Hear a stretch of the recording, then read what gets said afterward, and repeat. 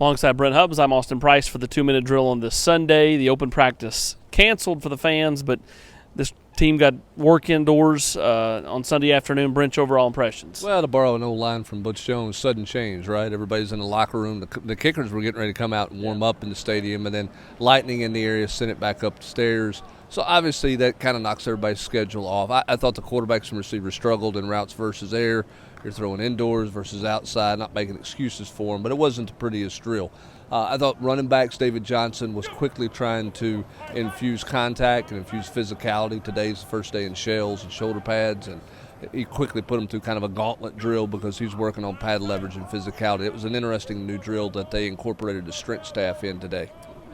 The fact they were inside meant we got a lot closer to the running backs than we ever get.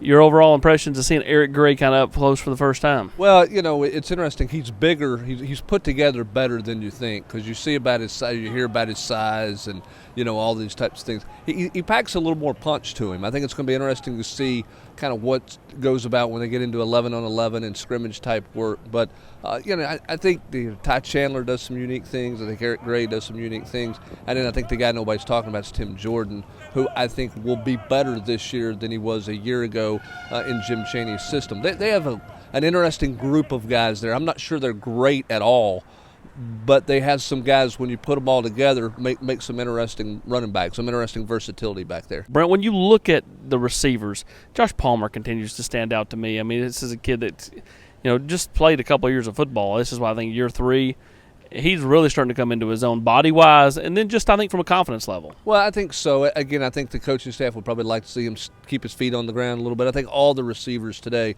kind of left their feet too much to catch passes. You heard T. Martin talking about that. Sometimes it's a confidence thing, you know, type deal. But overall, I think Palmer is certainly better than he was a year ago. I think he's going to thrive under Jim Chaney.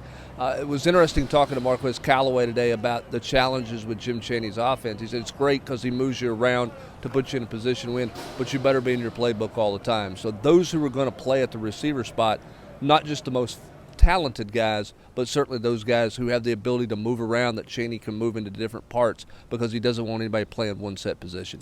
That's a look at practice in day 3. Tennessee in shells for the first time in this 2019 fall camp. He's Brent Hubbs. I'm Austin Price. Complete coverage throughout the night at Volquest.com.